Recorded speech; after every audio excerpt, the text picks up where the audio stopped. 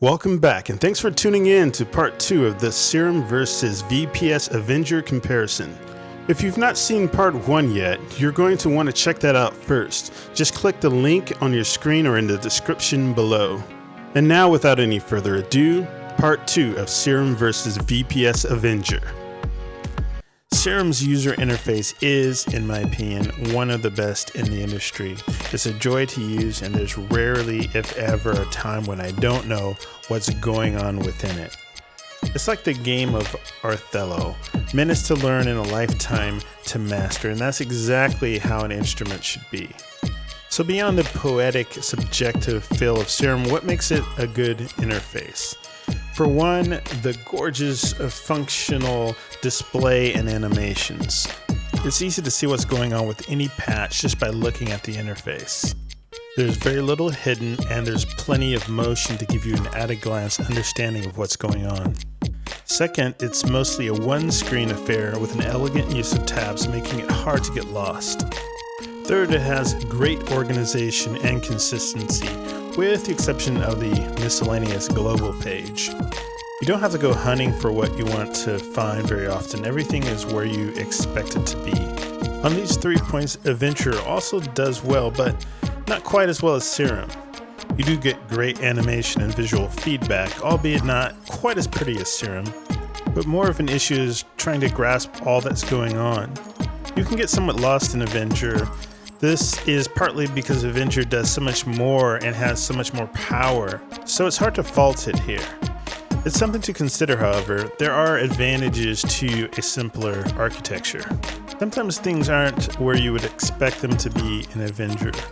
LFOs are in a small window along with the mod matrix, but envelopes are in a tab window along with the system settings and the wave editor. You figure this out pretty quickly, but it does lack some elegance. All these criticisms aside, the Avenger UI is one of the best in the business. It just happens to be going up against an exceptionally good UI in this comparison. To my ears, both of these synths sound amazing. They are bright and clean and detailed. I don't believe anyone will be disappointed with either one of these synths as far as sound quality goes. I suppose it is worth saying that neither one sounds analog, so if you're looking for that sound, you should look elsewhere. But they don't sound digital either, if digital to you means harsh and cold. Like I said, to my ears, they sound clean and precise, which is a sound I personally like. I think they are the best of any Wavetable synthesizers that I personally heard. And I think that's because of their precision. It seems that you can push the distortion and the edge on these synths harder than you could with the other ones without it turning into mush or ear-splitting noise. But enough about my opinion, let's look at some scopes. To test these, I had them both generate a sawtooth wave at the same frequency. They both look very clean with no visible aliasing or noise in the signals. In fact, they were among the cleanest waves that I've ever tested. One thing to note here is that Serum produces a partial near 22 Hz that Avenger doesn't. Probably very few people could hear this, but in theory, Serum has a brighter sound than Avenger does. Is that better? I'll leave that up to you to decide. For testing wave scanning, I loaded up Serum's bottle blow wavetable on both synths. Avenger seems to produce less noise between the partials, leading me to believe that it transitions through wavetables more smoothly. Here you can also see that Serum produces a partial above what Avenger produces. To my ears, however, I could not hear the noise that the scope reports that Serum produces. In playing back several different wavetables, all from the Serum library on both synths, it was hard to tell the difference. There was one table that I heard Serum play a more consistent amplitude than Avenger, and I preferred Serum's rendition. This could be because Serum puts more energy into making smooth transitions between only a few waves within a wavetable. I tested CPU usage by using 10 notes of sawtooth waves with 7 voice unison turned on. I turned off all the effects and filters so that we could get an idea of what the oscillators themselves do to tax the CPU. The results show that Serum uses near twice as much CPU as Avenger. And this held pretty much true even when changing Serum to 1x oversampling mode. The lower value didn't seem to change the CPU usage of Serum very much at all.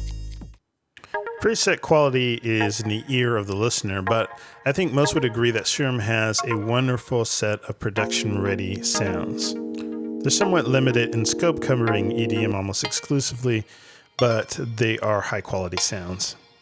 Avenger's scope is much more broad, partially because of its greater synthesis ability and partially because it offers many more sounds than Serum, around 750 to Serum's 450. The Wavetable libraries on both synths are great, but again, you just get more of them in Avenger, offering over 600 to Serum's 144. Also important to note is that Avenger has a full-featured preset browser, allowing you to search the large library by category, tag, or search item, whereas Serum just uses a folder-based list. Fun factor is an important category because enjoyment enhances creativity. These are both very fun synths, and I think just about anyone will have a blast with either one. But I must concede that Avenger gives you more things to play with, so it gets the nod in this category. As far as value goes, Serum goes for $189, whereas VPS Avenger goes for $220. There's only a $31 difference between them, so I don't think that cost should be your deciding factor.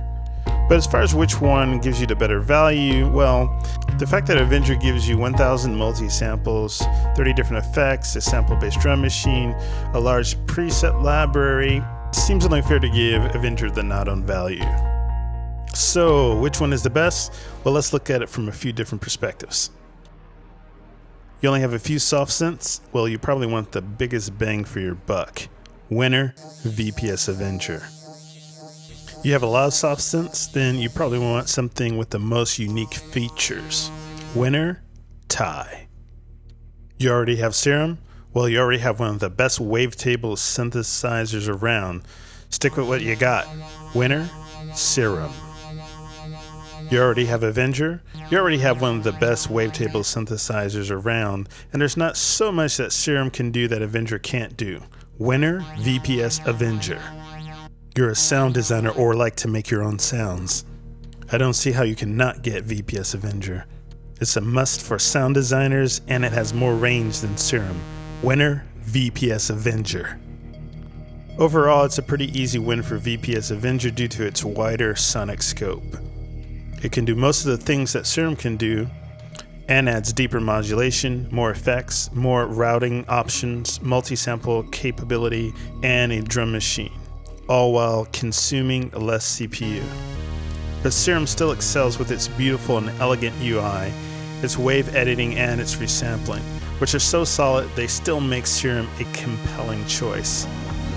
So that's it for this Serum versus VPS Avenger comparison. If you appreciate this content, please be sure to like the video. This helps the channel and helps me know what content to create in the future. And please subscribe if you haven't already so you can see more videos like this one. Also, let me know in the comments of some other comparisons that you would like for me to do. Thanks again for watching and enjoy being creative.